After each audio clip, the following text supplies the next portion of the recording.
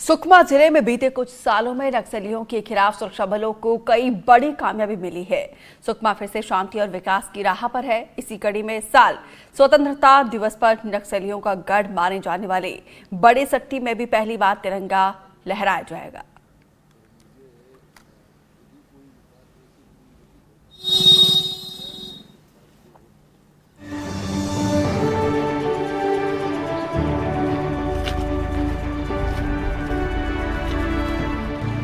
कभी नक्सली आतंक की गूंज से दहकता बड़ी सट्टी पंचायत, जहां राष्ट्रीय पर्व पर तिरंगे की जगह काला झंडा फहराया जाता था, अब आजादी के जश्न में रंगने को तैयार है। इस स्वतंत्रता दिवस पर यहां पहली बार गांव-गांव में तिरंगा लहराएगा।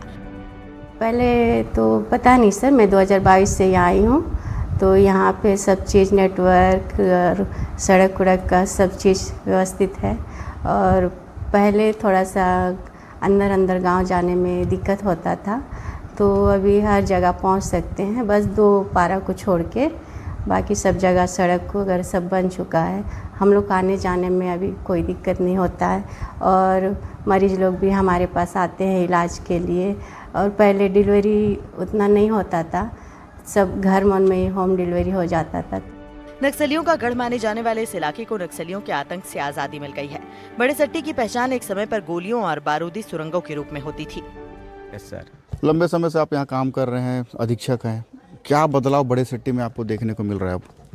सर, जब से यहाँ पर कैंप आया है, कैंप आने के बाद इसके पहले तो रोड यहाँ पर एकदम दुर्गति था, बहुत ही मतलब मुश्किल था। यहाँ बाहर से यहाँ आने के लिए हम लोगों को यहाँ आने के लिए भी बहुत दिक्कत था। रोड से सेट से आना पड़ता था बारिश के समय। अभी तो बहुत कुछ बदलाव हो रहा है सर। यहाँ पर छात्रावास को भी छोड़ दिया गया था, वो अभी बन रहा है और यहाँ पर सड़कें भी बनी हुई है। अच्छा, सभी लोगों के लिए शांति और सब लोग अच्छा महसूस कर रहे हैं सर।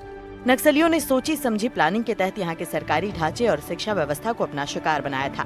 नक्सलियों ने अपना आतंक फैलाने के लिए स्कूल भवनों, हॉस्टल को उड़ा दिया था। नक्सलियों ने क्षेत्र के छात्रों को शिक्षा से वंचित रखने की भरपूर कोशिश भी की। इस वक्त मैं जिस मलबे पर खड़ा हूँ, ये मलबा कभी किसी भवन का छत हुआ करता था। ये बड़े सट्टी का स्कूल भवन है और शिक्षक क्वार्टर्स हुआ करता था एक समय में, और अब ये पूरी तरह मलबे के रूप में तब्दील हो चुका है, क्योंकि माओवादियों ने बीते 10 साल पहले इसे आईडी ब्लास्ट कर उड़ा दिया था, जिसके बाद से गांव में स्कूल संचालन को लेकर परेशानियां होने लगी थी। आज भी ये जो मलबा है माओवादियों के जो करतूत रही उसकी निशानी है, जिसको बयां कर रही है। तो आप देखिए, ये पूरा छत है स्कूल भवन का, और इस भवन को माओवादियों ने तोड़ दिया था और बच्चों को शिक्षा से वंचित कर दिया था। लेकिन शासन की जो आत्मसमर्पण पॉलिसी है, उसके अनुसार इलवत पंचायत योजना शासन द्वारा लागू की गई है। इस योजना अंतर्गत जिस गांव के जो नक्सल सदस्य है पूर्ण रीत्या जब आत्मसमर्पण करते हैं, तो उसको नक्सल सदस्य मुक्त गांव घोषित किया जाता है। इस गांव को शासन द्वारा फिर विकास काम के लिए 1 करोड़ रुपए दिया जाता है। इसी अंतर्गत सुकमा जिले में बड़े सेट्टी और केरलापेंदा गांव को नक्सल मुक्त सदस्य घोषित किया गया और बड़े सेट्टी गांव को 1 करोड़ रुपए मिल गया और उसके द्वारा विकास काम वहाँ शुरू हो गए हैं। और केरलापेंदा गांव भी इस प्रक्रिया में अभी शामिल हो रहा है। जिले में जो अन्य गांव है उसमें भी इस योजना का शुभारंभ करने का प्रयास पुलिस द्वारा लगातार किया जा रहा है। आने वाले दिनों में और गांव से भी जैसा प्रतिशत रहेगा, वैसे गांव को नक्सल सदस्य मुक्त घोषित किया जाएगा।